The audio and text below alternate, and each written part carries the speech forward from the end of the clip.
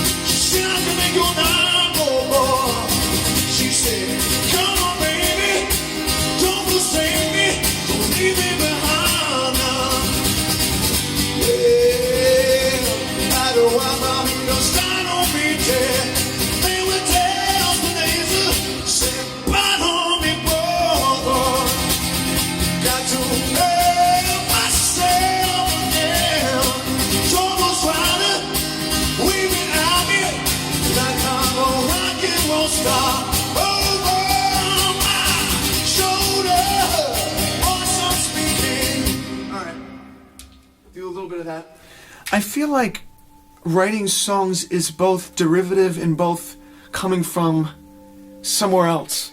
When I was 13 and I was first inquisitive about writing, and I just really wanted to find out who I was as an artist. I was obviously listening to as much music as possible, and that's the advice I can give to anybody who's writing songs.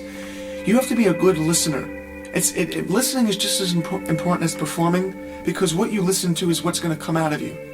I say to anybody out there who's writing songs, you have to find music, you have to search for it, and you have to listen to as much music as possible. Other than listening, I just feel that it comes from somewhere else. I feel like people are born with songs inside of them. I feel like any song that I've written, maybe listening to the music has brought those songs out of me. And I think those melodies come from the universe, they really do.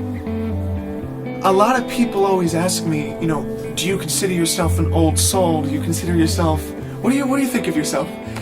And for years I've thought about, am I an old soul? I mean, I'm so drawn to older music. And I think I've said this before, that I feel now at my age that I've come to the conclusion that I'm an eternal soul. That there's not necessarily such a thing as a new soul or an old soul. Music is an eternal force. These melodies and the music, the chord progressions, they have always existed. It's just that everything around music has changed. Society has changed. Technology has changed. The way people make music has changed. So that's why I feel that I can't call myself an old soul or a new soul. I'm an interpreter of music in the year 2015. And I'm writing songs and melodies and chords that have always existed. I remember way back. I suddenly wanna see your face again. 'Cause you were loving somebody else. And I knew, oh yes I knew I could control myself. Back into my life again. And so I put on a face just like your friend. But I think yes you know what's going on.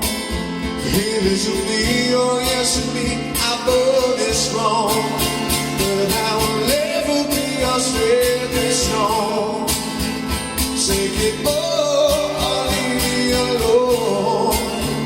I will never be your stepping stone. Standing upright on my own. It's a funny story how Rising Star came about. When 2014 first started, I kept saying that, my family, I think I need something that's really going to propel me to that next step. I think I need a platform. I felt like I've been doing what I was doing for quite some time, performing in the clubs and writing music, recording in my basement and studios in Long Island. But I felt like I needed something that was really going to take me to that next step. And I'd say about the end of March, the beginning of April, I got a message from a casting director from this supposedly new show called Rising Star that was going to be on ABC during the summer. And she said, we checked out, me and the producers have checked out some of your videos on YouTube. We stumbled upon them, and we really love what we heard, and we saw you performing I Put a Spell on You in a club, and that's what we want you to sing. We want you to be yourself. This show isn't looking to change anybody. We want you to come down and sing your rock blues. We want you to do your rock blues thing. We want you to really be yourself. So that's what really got me to pursue the show.